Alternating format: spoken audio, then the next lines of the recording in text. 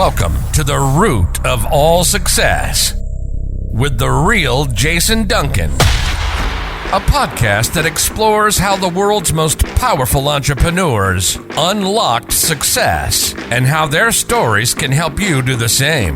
A successful educator turned entrepreneur, Jason has built multi-million-dollar businesses that have been featured in Inc. magazine and Entrepreneur magazine. His life's mission now is helping entrepreneurs live what he calls #the exit lifestyle. Introducing TEDx speaker, mastermind leader, author, entrepreneur, cigar aficionado, motorcycle enthusiast, and host of The Root of All Success, the real Jason Duncan. The real Jason Duncan. Hey, welcome to this special edition of The Root of All Success. This is a replay of a guest appearance where I was a guest on the Radcast with Ryan Alford. We recorded this in late August of 2023. It was released in early September. And I thought it would be a great replay because I think Ryan and I had a great conversation about what it means to exit without exiting and how that applies to you as an entrepreneur. So here it is, the replay of the Radcast with Ryan Alford as me, the real Jason Duncan, as the guest. Hope you enjoy the episode. Hey guys, what's up? Welcome to the latest edition of the Radcast. I'm Ryan Alford, your host. I want to thank you for making us number one in business and marketing on Apple Podcasts. And thanks to our good sponsor, Vacay, www.takeavacay.com, V-A-Y-C-A-Y, the only way to take a vacay. I'm here today with my good friend. We aren't talking about the fake. We're talking about the real Jason Duncan. What's up, Jason? Man, it's good to be here, dude. Hey, I like it. Nashville, South, rolling deep. We got Tennessee and South Carolina, rolling on Apple Podcasts. Let's go, baby. I know. I love Nashville. I mean, I'm sure you've grown. You're kind of over it, probably on some level, I guess. Like I would imagine, maybe not. I don't know. If I lived somewhere, you don't maybe appreciate it as much, or you do appreciate it, but maybe you get tired of all the tourists. Well, I don't do anything in Nashville. So occasionally we'll go to concerts and stuff like that. We went to a concert. My wife wanted to go to see a lady at the CMA Theater, which I'd never been to. And it's in the Country Music Hall of Fame building. And that was a cool deal. It was like, I don't know, 400 or 500 seats, small auditorium, and it was cool. But we don't do a lot. We certainly don't end up downtown on Broadway walking around with all the woo girls is what we call them. It's all the bachelorette parties that every time somebody says something, they all go, woo! And so we're not into that. But yeah, Nashville's completely different, man. When I was a kid, this is like a completely different country than when I was a kid growing up. So it's significantly different, and there's cranes everywhere. There's construction everywhere. They're building every single place you can imagine. Yeah, man. Greenville, South Carolina is on the end of that spectrum. We're a smaller city, but we've made all the magazines. There's cranes on every corner here too. So like, I think the word's out on the South.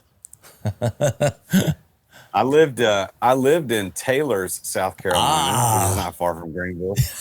For one summer during college, I had an internship in Taylor's, and we ended up, hanging out in Greenville doing all that stuff. Oh, you get real cred if you know Taylor's. I mean, I'm telling you, not everyone's ever heard of Greenville, but we are on like all the Condé Nast and all that fancy shit.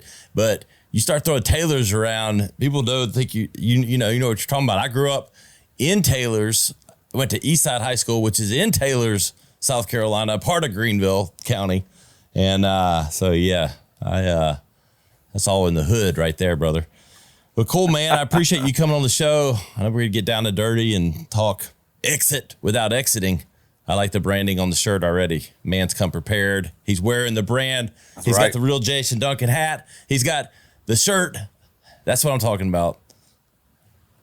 Talk to me, Jason. Too, man. Let's start down that professional career, building to today, and what you're up to.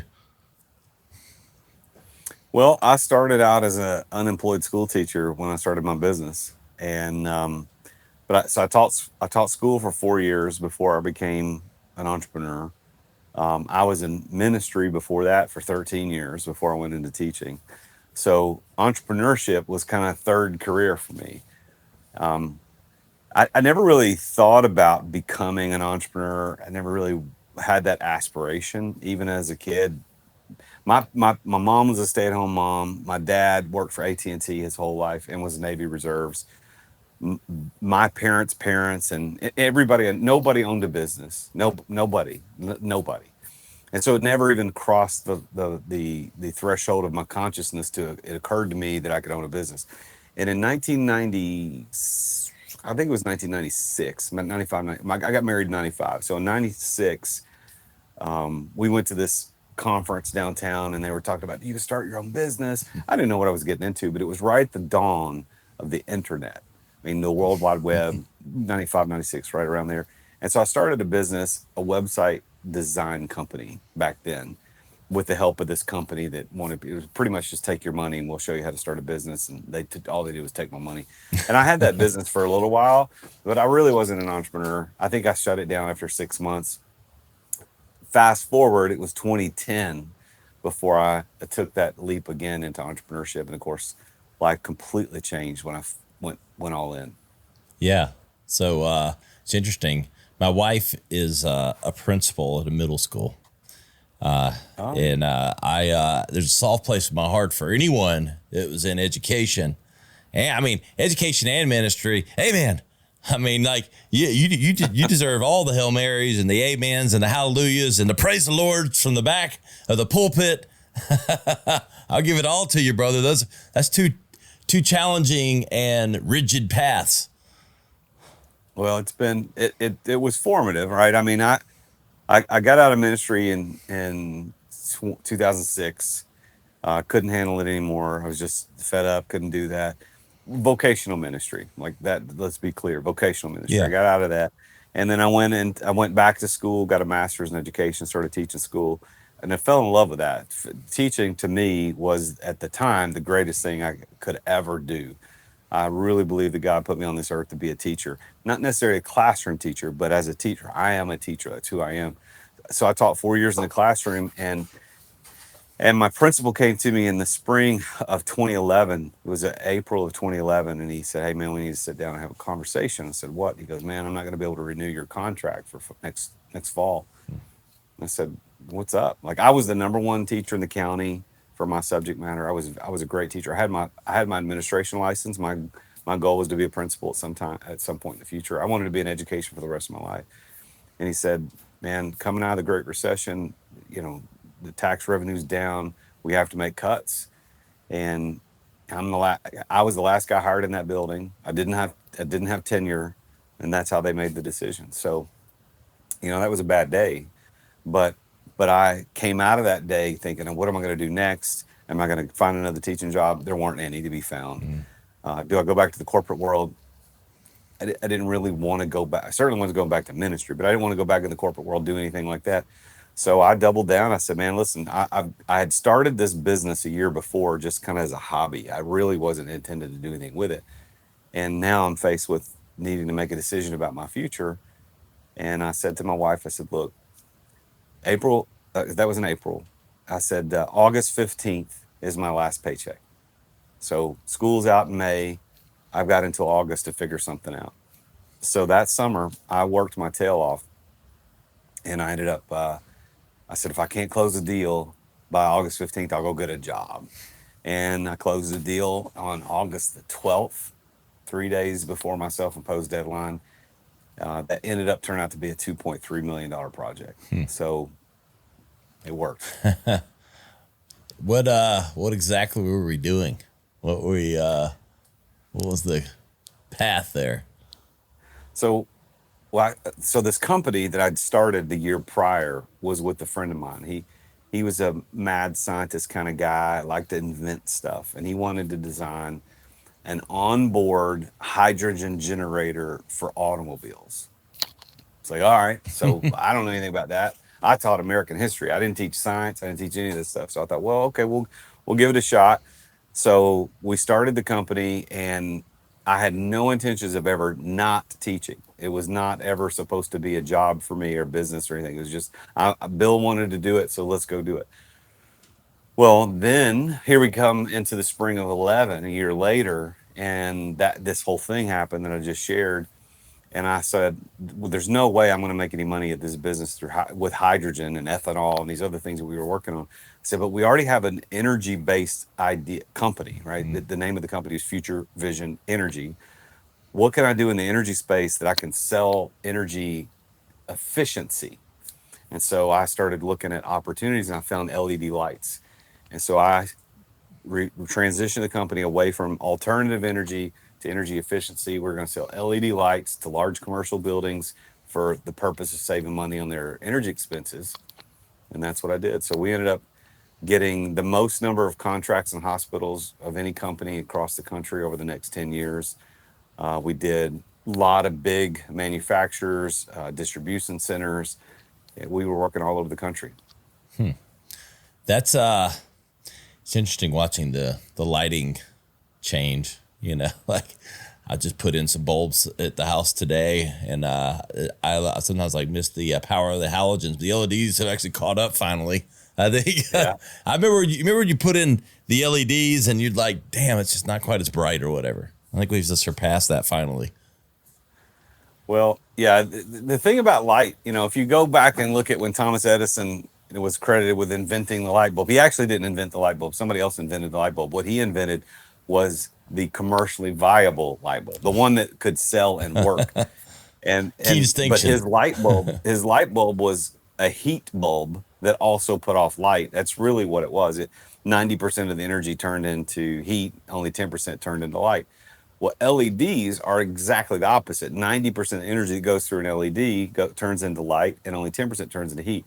But when they first came out for commercial use, what nobody understood at that point was the Kelvin. Kelvin is the temperature of the light.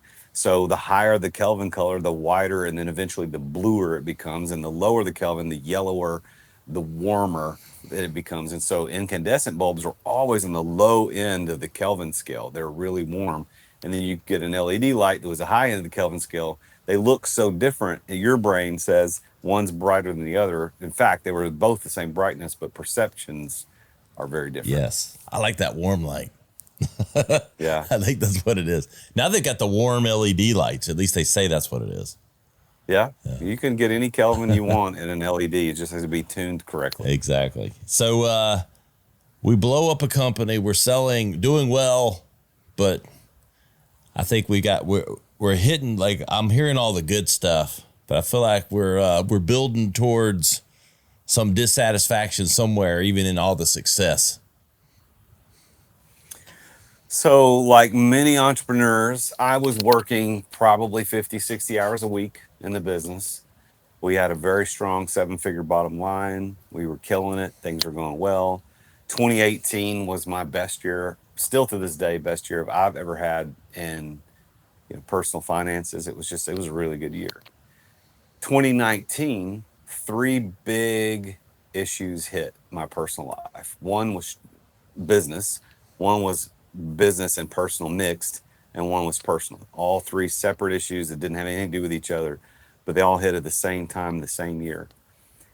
And as a result, my working hours in the business halved.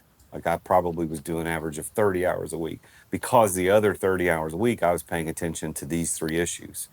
And I could get into what that was, but it was a business partner issue. I had a friend / business thing that we were doing together that went sideways, and they had some other stuff going on a personal side. All these collided at the same time. I took my eye off the business ball and tried to figure out how to deal with all this crap that was going on in my life. 2019 was the first year we ever lost money as a company. And at the end of the year, as frustrated as I was with it, I had to admit that the reason we'd lost money was because of me. I had taken my eye off the ball, and I had pulled myself out of the business to focus on these other things, thinking, hey, my team will handle it, everything will keep going, it's all going to be great. When in fact, I discovered that I had built a business that was reliant upon my presence to succeed. And that's what happened in 2019. And that started changing the way I was going to be thinking about how I was going to handle business ownership from that point forward. I think, I mean, I've owned multiple companies now, and I think a lot of people go through that. It's like the company existing without them, and I think a lot of people do it to themselves maybe. And then sometimes, obviously, you've got systems. We're going to be talking about that on exit without exiting, but like it's a control thing. But then sometimes it's just, you've set yourself up and the company up for failure because maybe you're just too important. Sometimes it's because you think you're too important. Maybe you're not. But other times it is like the skill set that's like, I don't know, the glue of the company maybe that holds it together. And I think a lot of entrepreneurs go through that challenge. So I think it's something that I think everyone hits that scales. Like, don't get me wrong, if you're, it's funny to me, like it doesn't matter. It's not a judgment thing, but like if you own a company and it's just, you're the only employee, that's not really a company. That's called a job, kind of that you created for yourself. But if you've got employees and you scaled, you're going to hit this wall at some point. It's got to be, as you've developed what you've developed, I'm sure a common thing that you hear and have seen. Well, I refer to that as the hero syndrome. Yeah. And the hero syndrome is when we see ourselves as the hero of our business, the only person qualified to put on the cape and save the day. And the hero syndrome is certainly understandable, acceptable, even expected during the first maybe year of the business, but certainly past that, you're hamstringing your entire business. Imagine your business is a baby, your baby. So many entrepreneurs carry that baby around for that first year thinking they're doing a great service to the business. We're taking care of it. I'll carry it everywhere it goes. I'll feed it. I'll change it, do whatever it needs to do. But as soon the business starts getting bigger and bigger and bigger, and we finally get to the point where, man, I can't carry this thing anymore. And we set it down, and what happens? It doesn't have the capacity to stand on its own, and the business will die. And this is why 75% of businesses never sell. They go to the grave with the business owner because the business owner carried it around until he couldn't carry it anymore. And when he sits it down, it dies. And so does the business owner. And that's why I looked at this opportunity and said, look, I can either, at the end of 2019, I had a decision to make. Now that I realize that I am the problem, I can either say, all right, I'll go fix it. I'll get back in 60 hours a week and make it a seven-figure bottom line again rather than a negative. I'll make it. And I could have done that. But for me, I said, I took the other option. I want out. I'm done. I'll sell the business. I'm out. And my business coach looked at me. He's like, dude, it's not sellable. I said, what do you mean? He said, the reason you want to sell it is the reason no one else will buy it. And I'm like, oh, okay, well, then what are my options? He goes, I don't know, man. He goes, this is new. Let's figure this out together. And that's when, over the course of the next few months, I started figuring out, oh, I can exit without exiting. I can exit without selling it. And so I started figuring out what to do to get myself out. And by the end of 2020, I was putting in maybe 10 hours a week. And the business, of course, COVID interrupted everything. But with COVID notwithstanding, the business was finally moving back in the right direction, profitability, et cetera, without me in the middle of it. And that's what exit without exiting allowed me to do. Maintain ownership, maintain financial benefits, maintain tax benefits, et cetera, but not have to be involved in the daily operations. Do you still own or have involvement with that business? I do own it. I put about 10 hours per year in that business now. So I've got a new CEO that runs everything. My team takes care of it. They continue to do business all across the country. My most interaction with the company is I use the training room for many of my live events that I do with my coaching clients. So I'll go up there and I'll say, hey, I'm going to use the training room for a couple of days. And they're like, all right, cool. And that's it. That's my biggest involvement in the company. There you go. You've truly exited without exiting. That's right. That sounds like exiting with exiting, but but I guess you still own it. So there you go. Let's talk to me about some of that process. I know people can work with you and you've got training and all that, but let's talk about some of the pillars and maybe some of the fruit of the courses and the process that you kind of put together. So there's four things that I kind of discovered throughout the process of exiting that if these four things are done and really in this order, anybody can do this. The first is embrace delegation. So I teach a lot of my coaching clients and I speak a lot on this, I write on this topic, is this idea of delegation. And what I've found over the years of now doing this professionally, helping people understand it, is that nobody understands what delegation really is. Nobody. I've not met a single person, perhaps you included, who truly understands what delegation is. And I didn't either until I tried. I was desperate and had to figure a way through. Most people think delegation is just assigning a task to somebody. You do this. And okay, I delegate it. No, that's only 1/3 of delegation. Delegation, there's more to it. Delegation is about assigning, entrusting, and empowering that person to do the task on his own. That's delegation. And there's a lot of nuance to it. But if you want to exit your business, that's where everything starts. You have to embrace that. The second thing I learned was you have to eliminate stress. Stress is a killer. Stress will keep you up at night, and then stress leaks. It leaks into the way you look at finances, the way you handle finances, the way you look at your employees, the way you hire your employees, the way you manage your employees. Employees get stressed. Everything in the business gets stressed. And have you ever gone into a business where you just felt like everybody was on edge? Oh, yeah. Those businesses don't do well. And so stress has to be eliminated. And the third thing is systems and process. You got to establish the right systems and processes. Now, if you listen to most Instagram gurus, TikTok gurus, you listen to all the guys on YouTube, and they're going to say, that's the first step, is systematize everything. Okay, but here's the thing. If you put systems and processes in place, but you still are stressed and you haven't learned to delegate, you're going to have a system that is stressed and you still have to pay attention to it. Like so the systems are the third step. And then the fourth step is invest in people. You really have to make sure you do proper financial and emotional and psychological investments into your people, because they're the ones you're going to entrust to run the organization after you step away to do whatever it is you want to do next. I imagine, and you said it, that you're a teacher, so some of this was baked into you. Like obviously you came up with the curriculum and you've got the knowledge and, a lot of, meat on the bone, but I would think this has gotten more in maybe your passion point, because something tells me this gets, teaching others these things is part of fulfillment for you. Oh, 100%. 100%. I mean, you look at my past, man, 13 years in ministry, I did a lot of teaching. I was a really good teacher then.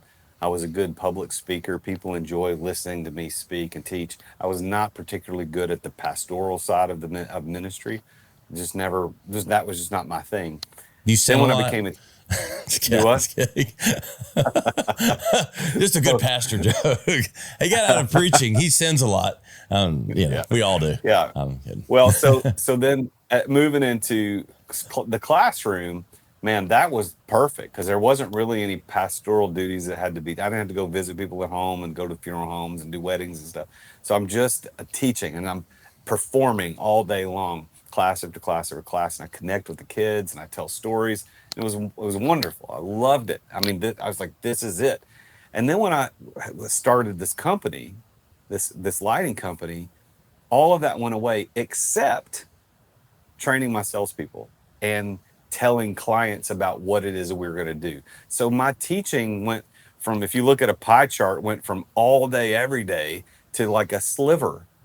And I didn't realize how big of a deal that was until I quit leading the company as CEO and started a coaching company. And by the way, that was never my intent to exit. I didn't exit to go start a coaching company. And I'll tell that story in a minute if you want to know. Yeah. But I wasn't able to teach it really at all until I left and started a coaching company. Now I'm back to the pie chart, the biggest slice of pie, as I'm teaching. I do podcasts all day long most days. I'm speaking on stages. I spoke on 3 stages this past weekend in different cities. And now I'm here doing this. So I get to do this all the time. So it is everything within me how God created me to exercise my gifts of leadership and teaching so that I can help people get to success and balance. What's the speaking side of things? Did that just come naturally? What you created the curriculum, you're doing your podcast.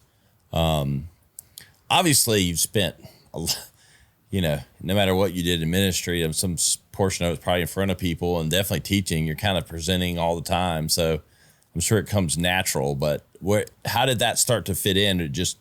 Are you reaching out to people or they hear about your program? Like, where do those opportunities come in? So today, this year, 2023, is the biggest year of opportunity for me getting on stages to speak that I've ever had. Of course, being good at anything is all about the reps. You got to get the reps in. It's all about consistency over a long period of time. And so I had all those years in ministry where I was teaching every single week, multiple times a week, speaking in front of groups of people. And then as a teacher, as you pointed out, I'm speaking, I'm presenting all day long, most days. And then I lost a decade of that during running the company years, even though I was still doing, I'd have speaking engagements every once in a while. But this year, I don't know what happened. It just blew up. Like, I started getting asked to be on stages in different places across the country. I spoke last year a few different places across the country, got invited, and then this year it just exploded. As of about a month ago, I had 28 booked speaking engagements as of a month ago, but I just got invited again to do another one. So I've spoken in different countries now, and it's like, it's weird because I never my intent is not to be a public speaker on the circuit, but I really, really enjoy it, and I like connecting with audiences. So I was at a conference yesterday in Nashville last night after dinner, the keynote, and I was able to talk to all these people who own very successful service-based businesses about how to double their revenue without increasing fixed overhead. And of course, I say that's what I'm going to talk about, man. Everybody's like, okay, I'm listening. You got so my it was really attention. great. And yeah. Then I got to give away a bunch of books afterwards. I think I signed 50 books to give away. So yeah, I dig it. I love it. I love speaking. Now, I don't want to be a circuit speaker where I'm out every weekend, but I really dig it. What's the biggest thing? Like, we talked about it a little bit, like with entrepreneurs, like the hurdles they have to get over and the Superman syndrome and all that stuff. But like, what's maybe like the most common blind spot that you see maybe working with entrepreneurs, or a few of the common blind spots beyond the self-importance issue? The biggest hurdle that all entrepreneurs, and quite frankly anybody, has to get past is the hurdle of mindset. Mindset is everything. You are what you continually think about. You are what you repeatedly do, and you only do what you repeatedly think about. So it goes back to everything is here. Everything is between the ears.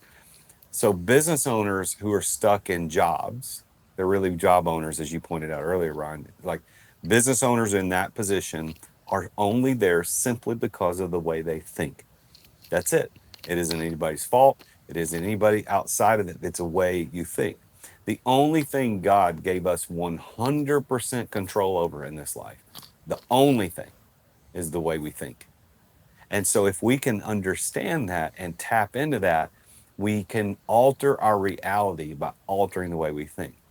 So a lot of what I end up doing as a business coach is life coaching. It's around mindset. It's understanding, hey, you cannot say that. I have decided over the last 12 months, man, I will not say out loud anything I do not wish to be true. Manifestation. Non-manifestation. Yeah. So if I don't want it to be true, I'm not going to say it. Like, I'm not going to say, man, I hope we don't have a flat tire on the way home.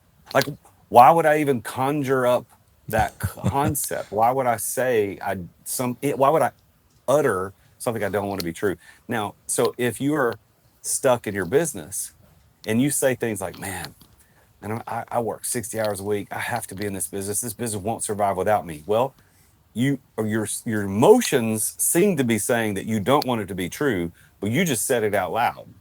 And your subconscious doesn't know the difference between reality and fake. It doesn't know the difference, but so your subconscious is only going to fall in line with whatever it sees and hears through your conscious mind. So the illustration I give for people about this is, you go watch a scary movie, what happens? Consciously, you actually know it's all fake. You're watching it on a screen. These are actors. None of this is real. The ghosts don't exist. It's all. But what happens physically? Physically, your heart rate goes up. The hair on the back of your neck stands up. Why? Because the subconscious doesn't know the difference. The subconscious is seeing your eyeballs consciously take in something that's scary and intense, and your subconscious meets the reality where it thinks you're supposed to be. So in our business, we got to think about that too. So if I say, hey, man, I'm stuck in six-figure land, man, I'm only making 100 grand a year, man, I'm never going to make a $500,000. I'm never going to, okay, you're not. Like whatever you say out loud is going to end up being your reality. So that's the biggest hurdle that entrepreneurs face, is right here. It's in their brains. Yeah. Oh, dude. If I had my amen button, I'd have hit it already like 4 times. Like, you know what I'm talking about too, Southern Baptists. You know what I'm talking about. Hallelujah. When the deacon's in the back, they want to make sure the preacher feels good about what he's talking about. For sure. Oh man, it's so true though, man. We create our own reality. Like I think even entrepreneurs, like sometimes, typically if they've been successful at any level, they've gotten over it mostly, but we create our own things. Like you got one person to blame. You got one, look in the mirror. It all starts with you, doesn't it?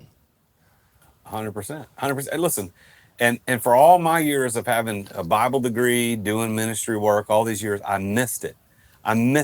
It's right there in scripture everywhere, all the way from Old Testament to New Testament. It's talking about the power of the way we think about things. Jesus said, ask and you will receive, seek and you'll find, knock and the door will be open. We over spiritualize that in the church just to talk about salvation. But no, he was revealing the truth about life. If you want it, ask for it. If you want it, look for it. If you want it, go out and do something physically to get it, because the way you think is going to lead to your reality. And now I'm not saying it's not about spiritual things, but we isolate it into only spiritual reality. Paul writes to the Philippians in the New Testament. He says, listen, man, whatever is good, whatever is holy, whatever is true, whatever is trustworthy, whatever is worthy of excellence, if it's those things, he says, think on those things. In other words, meditate on those things. To the exclusion of, if it's negative, scarcity mindset, like, don't think about this crap. Don't do it. Pay attention to what's good. And so now, as I'm reading scripture now with this new mindset of my own, new lenses, I'm going, holy moly. Like, this was all in there the whole time. Our minds have creative power. They create our reality. We're made in his image. He's the creator. We have creative power. We can create out of what he made. We can't create out of nothing. That's only him. But we can create a reality out of the things we have before us. So if you want a reality different than where you're at now, if you're stuck in six-figure land and you want to get to seven-figure and eight-figure land, you have to start thinking about a new reality. Once you get them thinking the right way, does everything just start to come along? Like, I mean, like when you're working with people, talk to me about like some of the nuts and bolts when somebody's working with you. So the short answer to that is yes, but it's not as simple as that. Because here's the thing, when this changes, everything changes. But the fact of the matter is, this mind of ours has been programmed for how many years you've been on the planet. I'm 48 years old, so mine's been programmed for 48 years to think a certain way. I have seriously dived in over the last 12 months to reprogram my brain on purpose. This is not by accident. And today I'm very different than I was. I'm totally different than I was a year ago. So to answer your question, Ron, if I get them thinking right, does everything change? Yeah, everything falls in line. Yes, but this is going to take long period of consistent change, long period of consistent thinking in a different way. There's a book I just recently read that explains all this. It's called Psycho-Cybernetics. Have you ever heard of it? No. Okay, so this is awesome. Everybody needs to go read this. And it's a much easier read than the title may indicate. I was thinking like werewolf or something. No. So I love this. So cybernetics is actually it's a word to describe how mechanisms work. They're programmed. So if you push this button on a machine, boom, something pops up. That's designed, programmed to do it. A computer, same way. Cybernetic control. You hit this thing happens. It's programmed, it's pre-programmed. But hit this happens. If this, then that. That's what cybernetics means. So everybody knows what that is like. Now, psycho-cybernetics is Dr. Maxwell Maltz, who wrote the book back in the 50s. He said, hey, our brains operate much like a cybernetic machine. So there's this psycho-cybernetics, a psychology of cybernetics, that if you grew up in a certain environment with a certain family, with certain thoughts and certain options and whatever, certain education, your brain has been programmed. X happens, Y will immediately happen. So you and I as entrepreneurs now, our brains work very different than the people who work for us, don't they?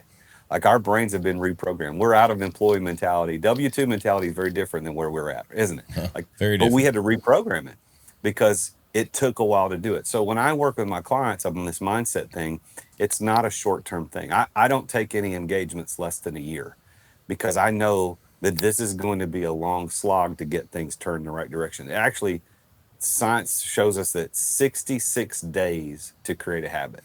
66 days, every single day of doing something will create a habit. It doesn't create mastery, but it creates a habit. So we can create, think about how many things we can create over the course of a year. We can create almost six brand new habits in the course of a year if we do it right with the right coach, right mentorship, right program. So yes, the answer is yes. It will fall in line if they change their thinking, but it's not as simple as it seems. Who's your favorite, like, prototype, like, to work with? Like, is there like I'm sure you'll help anyone, but as long as someone's willing to commit. But is there like, or do you get like more satisfaction out of like a certain type? Is it like the skeptical Sam or like, yeah. Well, I think that's a fair question. I think that from a psychological standpoint, I'm looking for growth-minded people. Yeah. I can't scarcity-minded people, fixed mindset people. I can't help them because their brain is not open to. They're not malleable. Yeah. Like there's nothing you can do there. They're the Play-Doh that sat outside for way too long and it's done. You can't do anything with it. But I want to take somebody that's malleable. But in terms of avatars, it's a 30 to 50-year-old male, founder of a business, married, kids, probably doing between, minimum of 3 million, ideally between 15 and 20, sometimes up to more 50 or 60, but somewhere in that area, that's the guys that I work with. And they spend too much time at the office. They spend too much time away from family, away from the things that matter. And they're doing it. They're sacrificing on the altar of their business all the things they say are most important to them. And they have a small realization of that, but frankly don't know how to get out of it. Yeah. I mean, you have to be at least mentally ready to grow, like you said, like I think to take that step, like, what they say, the first thing is like admitting I have a problem. Like, first step, like wanting to improve, like I want to grow, but I can admit I have a problem. I'm in the way. Yep. Awareness is a key to recovery in every step of life. Jason, how can everybody learn more about what you're doing and get in touch with you and follow along on your journey? Well, you can, if you just Google The Real Jason Duncan, you're going to find me everywhere on YouTube, you're on LinkedIn, on Instagram. I'm at The Real Jason Duncan on Instagram. I spend most of my social media time there, so you can follow me there. But if you want a book, I've got an offer for your listeners. I've got the free book offer that you can only get to by using this link. It's therealjasonduncan.com/free book. And so if you go there and type in your information, you just pay the $5 for shipping and handling. We'll send you the free book. And it is this book right here, Exit Without Exiting. It's an international best-selling book that'll tell you all that you need to know about how to get out of your own way so you can start living your best life. And it's not just information. I actually wrote it. I created 3 different characters. I created Edward, Cheryl, and James, and I tell you their individual character stories about how they went through building and exiting a business and what pitfalls they encountered along the way. I love it. People learn by examples. So very smart, man. I really appreciate it and appreciate that offer. Hope everyone will go take advantage of that. Man, really appreciate you coming on the show. Look forward to following along and staying in touch. Thanks, Ryan. It's been good, man. Hey, guys, you know where to find us, theradcast.com. Search for The Real Jason Duncan. You'll find all the highlight clips from today. We'll also link to that offer that Jason mentions within the show notes, and you can find it on our social media channels. You know where to find me. I'm at Ryan Alford on all the platforms. That blue check next to it before you can buy it. We'll see you next time on the Radcast. Attention business owners. Attention business owners. Feeling burnout from running your business?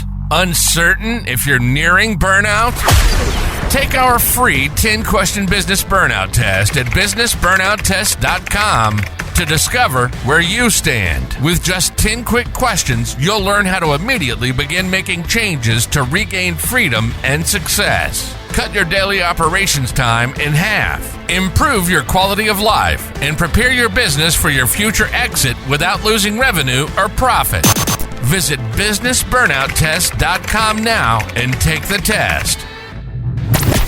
Thank you for listening to another edition of The Root of All Success with the real Jason Duncan. If you've enjoyed this week's episode, visit therootofallsuccess.com to access the show notes and other helpful resources. Follow Jason on social media at The Real Jason Duncan. See you again next time here on The Root of All Success.